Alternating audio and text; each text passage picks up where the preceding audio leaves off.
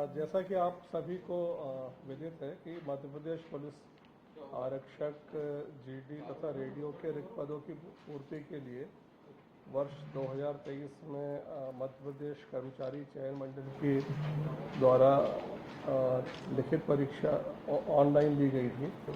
उसके रिजल्ट के आधार पर जो चयनित उम्मीदवार थे उनका शारीरिक जो परीक्षण है, फिजिकल टेस्ट, उनका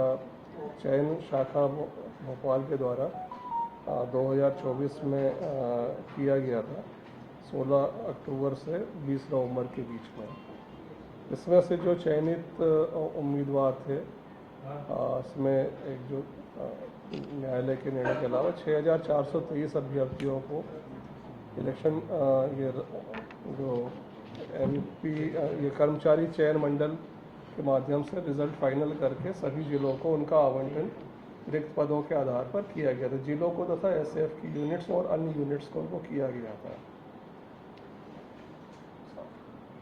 इनकी शारीरिक जब परीक्षण के दौरान जो एक अनुभव चयन शाखा को आया था, जिसमें कि 5 अभ्यर्थियों के संबंध में जांच करने पे जानकारी आई थी कि वो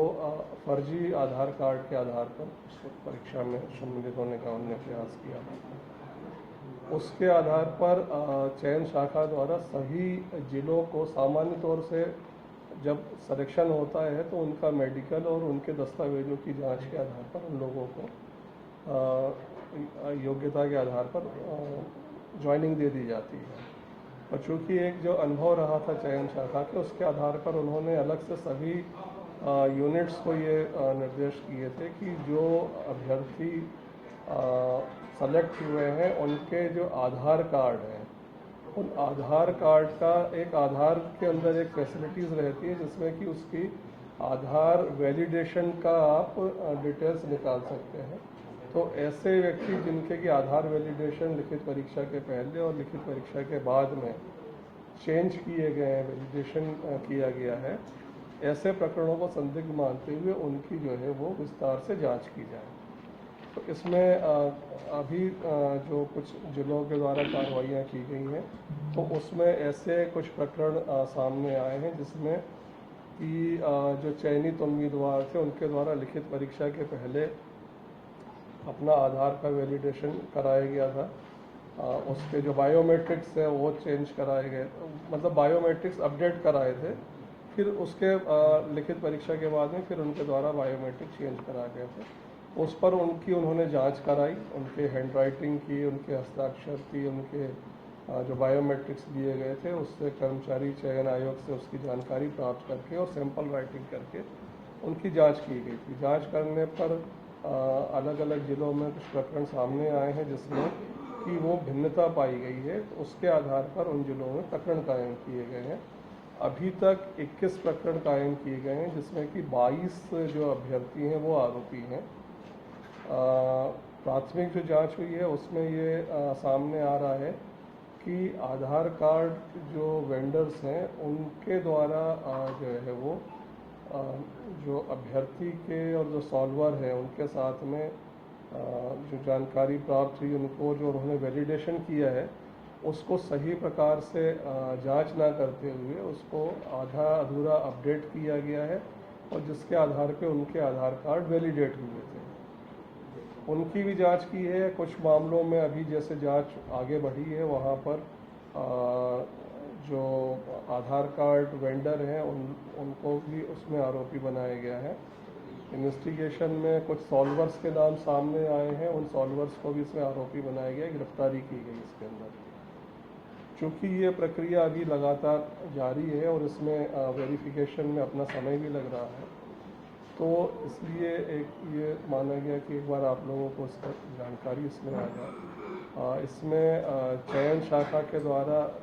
एक अच्छी जो पहल की गई थी, जो एक एक्स्ट्रा चेक कहना चाहिए, एक्स्ट्रा चेक उन्होंने योग्यता और अयोग्यता निर्धारित करने के समय जो लगाया था, उसके आधार पर ये अभी प्रकरण सामने आए हैं। पुलिस महानिदेशक महोदय द्वारा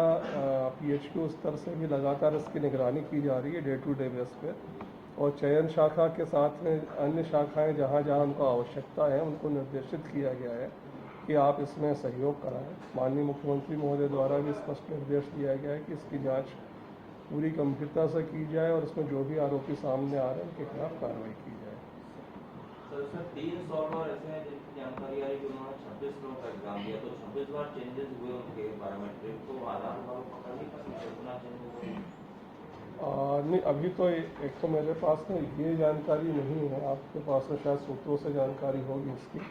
कि 3 सॉल्वर्स द्वारा कितने किए गए हैं, लेकिन ये फैक्ट है कि जिस तरीके से उनके द्वारा अपने आधार कार्ड वैलिडेट कराए गए हैं एग्ज़ाम के पहले और एग्ज़ाम के बाद में, तो उसमें इस चीज़ की संभावना है कि एक ही व्यक्ति ने अलग अलग जगह जाके उसको वैलिडेट कराए हों। चूँकि एग्ज़ाम एक लंबे पीरियड में होता है तो इस चीज़ की संभावना को हम नकार नहीं सकते हैं कि एक आदमी जो है वो एक से ज़्यादा लोगों के लिए सॉल्वर की तरह वो काम करेगा। तो और वैलिडेशन के लिए ऐसा कहीं भी वो नहीं है कि एक वैलिडेशन के लिए आप एक बार करा सकते हैं या इतने पीरियड के अंदर नहीं करा सकते हैं। तो ये अभी इसमें विवेचना काफ़ी है और काफ़ी डिटेलिंग इसमें की जानी है। तो जो भी बिंदु सामने आ रहे हैं, यदि मल्टीपल उसने अभ्यर्थियों के लिए किया है तो उसमें सब में वो अपडेट हुए हैं, अपडेशन हुआ है जो आधार था वो एक ही जगह से हुआ कि अलग-अलग तरीके की जानकारी मिल पाई है? नहीं हुआ, अलग अलग जगह से है इसमें। और इसमें अभी ये भी है कि कुछ प्रकरणों में ऐसी